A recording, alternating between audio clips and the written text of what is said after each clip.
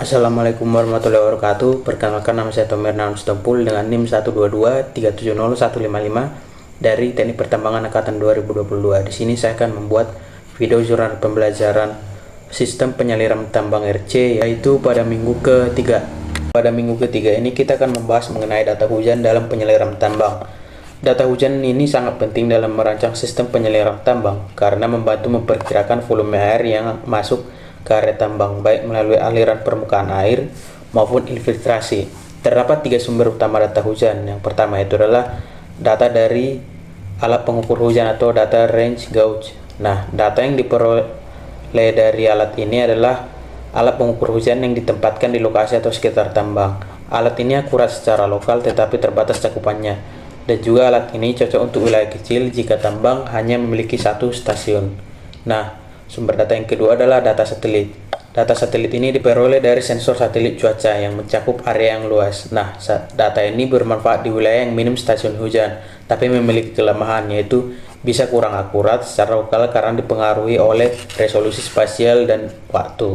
Kemudian sumber data yang ketiga itu adalah data kombinasi range gauge dan satelit. Nah, ini menggabungkan kelebihan akurasi lokal dari range gauge dan cakupan luas dari data satelit tadi. Nah, data ini merupakan metode paling ideal untuk membangun model hujan yang lebih representatif di wilayah tambang.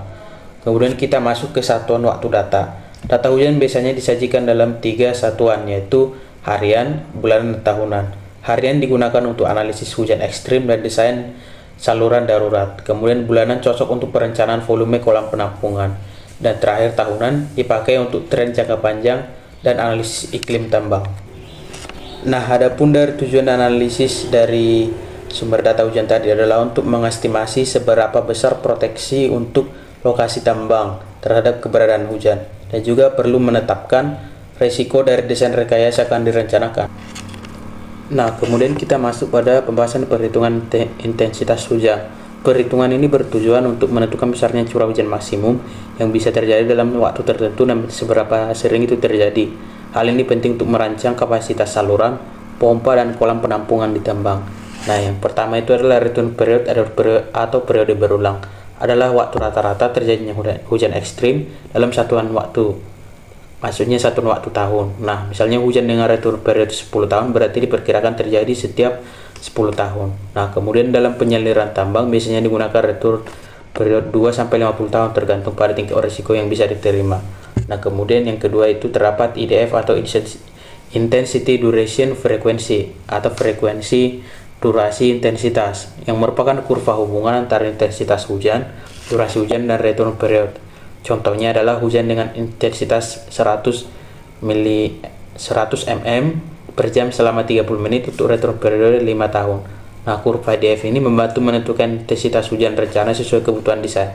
Kemudian yang ketiga itu adalah intensitas hujan rencana, yang merupakan nilai intensitas hujan yang digunakan sebagai dasar desain sistem penyaliran.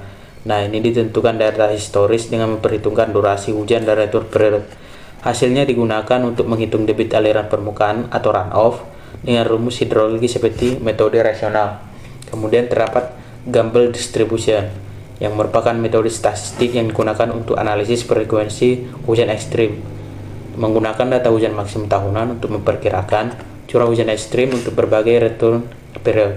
Nah, untuk persamaan Gumbel tersendiri adalah XT sama dengan X tambah K dikali S, di mana XT adalah sama dengan curah hujan untuk return period T, X sama dengan rata-rata hujan tahunan maksimum, S sama dengan standar deviasi, dan K adalah faktor Gumbel bergantung pada T. Nah, yang kemudian terdapat Mononobe formula, merupakan rumus empiris yang digunakan untuk memperkirakan intensitas hujan berdasarkan durasi dan lokasi. Nah, itu untuk metode ini umumnya digunakan di Jepang dan beberapa negara Asia termasuk Indonesia. Nah, untuk rumus umumnya itu adalah I sama dengan A per dalam kurung T tambah B pangkat N, di mana I sama dengan intensitas hujan mm per jam, T sama dengan durasi hujan per menit, kemudian A, B, dan pangkat N tadi adalah parameter yang diperoleh dari data lokal dan return period tertentu. Nah, sekian yang dapat saya sampaikan. Atas perhatiannya saya ucapkan terima kasih.